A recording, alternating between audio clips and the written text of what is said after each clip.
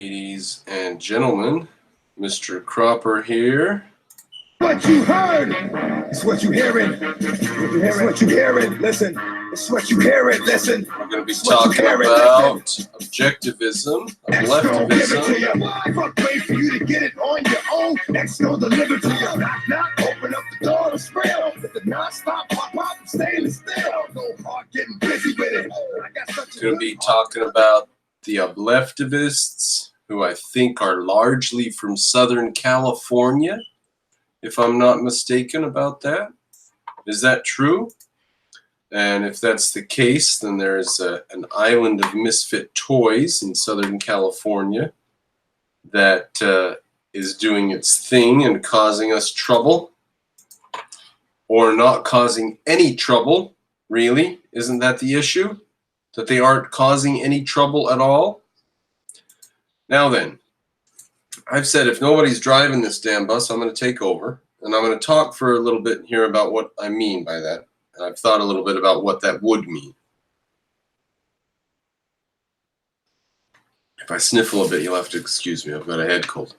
Now, what does it mean if the Ayn Rand Institute's not doing its job? What do I propose as another method or an additional way, or what is my active proposal? Excuse me, I'm so sorry. I propose that the Ayn Rand Institute will continue, that big money will continue into it, it will continue doing its thing, and that the driver's seat of objectivism will pass to somebody who is more active. Now, if you think what sort of individual can have power like this, Yaron Brook was really the face of the Ayn Rand Institute for years, for at least 5 years, close to 10 years, maybe more. When the Ayn Rand Institute was somewhere and speeches were being made on its behalf, Yaron Brook was the person there. And I looked up to him and admired him for years, went to his speeches in New York when I had chances, shook his hand several times. But if they're going to withdraw and just be nice, that's the beef I have with them.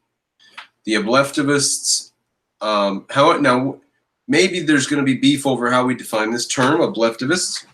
Mr. Cropper is using it to mean people who are more concerned about appearance and society and politeness than advocating Ayn Rand's ideas. For me, the primary goal is to advocate Ayn Rand's ideas. And if you think you're doing it more effectively by being polite, then you should get in a time machine and go back and tell Ayn Rand and Leonard Peikoff to both be more polite. Somebody said to me something about this politeness thing. He said, you better be prepared to have a long life of loneliness. Okay, so now, if that gentleman is to be taken as any indication, then the Objectivists are more concerned about having friends than spreading these ideas. He's more concerned that he will be disliked and be a lonely person, and he really believes that's true, and he's not so worried about spreading these ideas. In other words, if spreading Ayn Rand's ideas might possibly lead to any potential discomfort, it's not worth the sacrifice. Now, of course, I don't advocate sacrifice. I have a much, much more grim scenario in mind. Much more grim. Like the rape of your daughters. Okay? And the enslavement of your children. And the arresting and imprisonment of you and your associates by the left when they get into power and do what they want. You know what they did in Venezuela. That's just a little taste of what's possible. You know that civil wars are the worst. And if America has a civil war again, it will be bad. Now, I'll just remind you, ladies and gentlemen, we lost 500,000 killed in our civil war. And we lost 469 some thousand killed in every single other war put together. 114,000 in World War I, 149,000 killed in World War II, or maybe it was 249,000 killed, 17,000 killed, or 54,000 killed Korea, Vietnam. Add them all together, we lost less than we lost in the Civil War. So if we do the Civil War again, it'll be bad again. And they will have concentration camps for people who advocate ideas that are anathema to them, and they don't care. They will not care. They will not go back through their books and say, how nice were the Southern California objectivists? Maybe we'll let them be. Alexander Solzhenitsyn, and now this shit really happens, goddammit. Take me seriously, okay? These gulags actually happened, okay? Torture chambers are real. Now, Solzhenitsyn said, Alexander Solzhenitsyn, who wrote the Gulag Archipelago, said that it was very interesting when some communist, a leftist, came in to the Gulag because they just couldn't understand. They had been supportive of the regime. They had been a good communist. They believed in it. They did everything they needed to and were supposed to. They obeyed the law. They went to the rallies. And yet they got arrested, and here they were.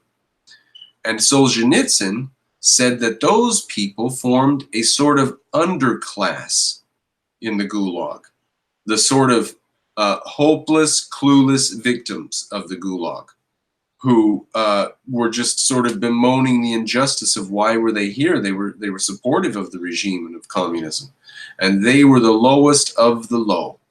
Now, in the Gulag, when the left takes power and they arrest everybody, in the Gulag, the lowest of the low will be the Democrats, okay? Because they behave like swine. They don't take ideas seriously. And they act as though ideas have no real meaning. They advocate ideas that are absolutely atrocious. I wouldn't want objectivists to behave like that, okay? Ideas matter. And advocating them matters, and which ideas we advocate matters, but for God's sakes, advocating the ideas matters. Sitting back and being polite and trying not to let anybody get mad at you is not, in my mind, equivalent to advocating the ideas. So, excuse me, I do have a proposal. My proposal is Mr. Cropper becomes Ayn Rand's pit bull. And Thomas Henry Huxley, if you've been looking at here, maybe you've been reading a bit of this, he was known as Darwin's bulldog for his advocacy of Charles Darwin's theory of evolution.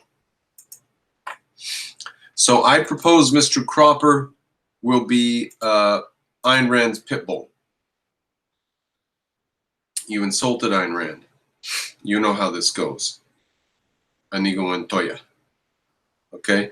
Now, what form is this going to take then? Let's get down to that. I said at the beginning that's what I was going to talk about. What form is this going to take? In my view, the Ayn Rand Institute will keep doing its thing. I will take over the driver's seat by being a phenomenon the way that Jordan Peterson was. I think my appeal will be debating. That's what people loved about Hitchens. They loved a good speech from him too, but he got famous for his debates. And any of you who saw the Victor Prost debate know that I can keep my cool and absolutely control my enemy if they're idiots and fools. Now, if I debate somebody with full decorum, that's fine too. So what I'm upset about is the Objectivists, and I'm going to take over. They want to talk about tactics. They want to say the open borders are tactics and stuff. All right, let's talk about it. You know, let's have some debates about it. The open border thing is suicide. We have Europe staring us in the face. We know that open borders are suicide. So advocating for open borders while we have a welfare state is a platonic, floating, rationalistic sort of way to go about it, isn't it? It's like, oh, open borders, la-di-da. We'll just invite a whole bunch of poor people in, and the government will have an excuse to explode. It'll become enormous. The government will grow. So that's open borders are absolutely insane. While we have now, those of you who want to debate about whether open borders should be a thing after we dismantle the welfare state, like, we can have that debate too, because I believe that if we would have had Chinese immigration in the 1800s and kept them, instead of sending tens of thousands, maybe hundreds of thousands back, if we would have kept them here and let them contribute and grow and become Americans, and if they did become Americans, and if they stayed as Americans and didn't, if they weren't festering Chinese, which I have every reason to believe they would be, their children would be stronger, taller, intermarry with whites, be better fed than the Asians on rice, and would join America. And a lot of them did. A lot of Chinese and Japanese came here and joined us. Now, what if we would have had those hundreds of thousands, clear starting back in the 1880s, growing in population? We would have had an extra, and continuing to have immigration from China, which we cut off at some point, really totally cut it off. We would have had 100 million extra citizens right now. And how many would that have sapped away from China back then? That would have reduced their population in the future. So they would have less than they have today, and we would have more. Not only that, in the meantime, the Chinese who came here would have been sending letters and money back home and telling them how things were in America. And we would be having a massive influence and effect on China, a positive influence and effect on China. So I think that open immigration could have been a very much better answer in the 1800s to the problems we faced back then. Now, the problem is, it's fine to sit today and say that looks good, but you go back then and you're a gold miner and you're trying to work a gold mine, and there's 10 Chinese guys up there that'll work the gold mine for the same pay that one white guy is working it for, because they'll work for 10% the pay of a white guy. The white people just did the math and they didn't want them around. So we just can't go back and stop them from doing that, can we? That's just the way it happened. Ultimately, I think open borders is the smartest way to go about it. I think our nation will be bigger and stronger and freer if we have more free, intelligent people coming and we don't have a welfare state. Now, I'm not willing to divorce those two and just say, well, we have to be for one and not the other and not the one, regardless of reality. We have to look at reality. And in reality right now, we're paying poor people to come here. And if the government gets, if more poor people come, then the government will say, oh, we've got to get bigger, got to enlarge in order to take care of these poor people. So we're sowing seeds of our own demise here. It's not wise. We should have very restricted immigration when we have a massive welfare state like this. Of course, it goes the other way, doesn't it? The more immigration we get, the more welfare statism we get, because it's a blank check from the American people. So ultimately, voluntary taxation is in the cards as well. Now, as Mr. Cropper, the Ayn Rand Institute debater, the person debating for Ayn Rand is Ayn Rand's pit bull, I will debate politely and with all possible decorum when appropriate. And when they insult and degrade and denigrate and take it down to street level, you guys know Mr. Cropper's there for that too. Mr. Cropper's coming. Is he going to be nice? Civil War. Dear Objectivists, you're fired. If you're not going to fight for these ideas, if you're just going to sit back in a cushy little armchair somewhere, little office in some university or something like that, and be polite to people that attack Ayn Rand. Send them messages like, I look forward to reading your book about how Ayn Rand's ethics have been disproved. It should be an interesting read. All right, that sort of nonsense stops right here. Okay, our enemies, we know who our enemies are. We're not stupid. Okay, when an objectivist goes to a Mensa meetup, he leaves rolling his eyes because of the nonsense going on there. Okay, I don't know how far you've memorized pi. They all memorize it to 50 digits or more, but ask them what induction is, and they'll tell you Jesus Christ is the answer to all your problems, because they have very high IQs, and a lot of them are religious. Go figure. So the objectivists are in charge of the situation. And if you, leftivists, want to stand around and be polite while we are in charge of the world's thinking cap, we're the only ones that have the keys. All right, fine, step aside. Step aside. Okay? Now that I've done some refuting and debating and reply videos, and that's all very good. I have in mind a larger project now. I thought I was going to come on here and be an objectivist, but I didn't realize how wanting the objectivist scene is. I didn't realize why. I think I'm starting to understand why Charles II was as big as he was, because there are objectivists who are desperate for something to happen. Now, I'm willing to travel to debate. I'm willing to. I think my first debate should be somewhere in or near Connecticut or New York City or something like that. And maybe it can support itself. It doesn't have to be a debate. It can be long-form discussions, like with Sam Harris and Jordan Peterson. And I would like to be on stage with Sam Harris or Jordan Peterson, or both at some point. I know I'm small fry, but I don't know if I'm going to stay small fry, especially if you guys support me and I go out there and start doing some debating and stuff. Who knows? But maybe this is all nonsense. Maybe it's all nonsense because I'm locked out of the polite tea party of the far leftist leftivists. I don't know, but I'm coming for you guys. I'm coming for you guys. I'm coming for anybody that wants to be polite and not fight for Ayn Rand's ideas. All right? I'll use you as nutrition on my way. There they are.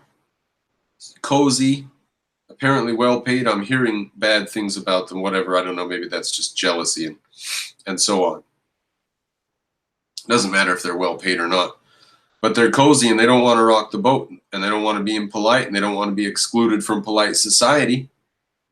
And there comes Mr. Cropper, and he's not going to be nice, is he? He's going to ruffle their suit up, isn't he? Look at that guy.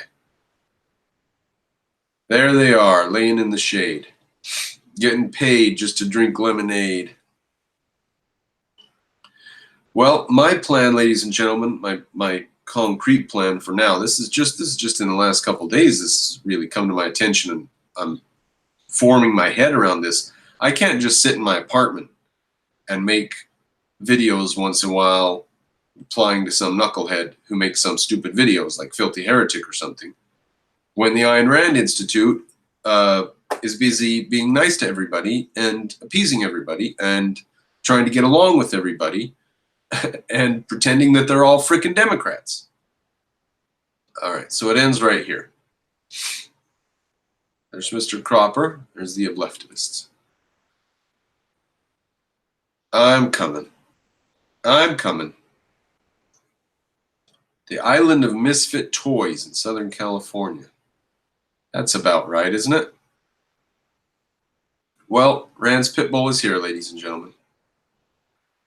Objectivists have vacated their posts, and so I have arrived on the scene to a seemingly pilotless airplane, if I say so myself.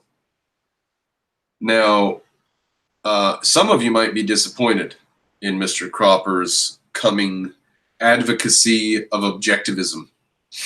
You might say, we thought he was going to destroy the Objectivists. And you might be surprised that I just advocate Ayn Rand's ideas of objectivism. I am not going to innovate or change. I have tried. I've looked. I haven't tried. I have pored over her philosophy. I'm not bringing any change. I'm an advocate for Ayn Rand's ideas. I don't know exactly what all of you mean by Objectivist. I have to stress that as I use this term. I use it in a careless slang sort of way. And I'm not on board with all of what you people are saying. And you people can take from what I say, you know, what my position is. But generally speaking, I'm with Ayn Rand. Generally speaking, I'm with Ayn Rand's philosophy. So, my goal then, my short-term goal is to continue this conversation and figure out a direct, concrete way. My medium-term goal is some debates, public or video. And then my long-term goal is a lot of big, regular debates, as many as the public demand. All right, ladies and gentlemen, if you want me to do this, support me on Patreon. Let's give the Ayn Rand movement some teeth. I'm very sorry for my head cold in this video. It'll be gone in the next few days or something, and I'll be back to normal. All right, thank you for joining me. You know what I'll do is just check comments.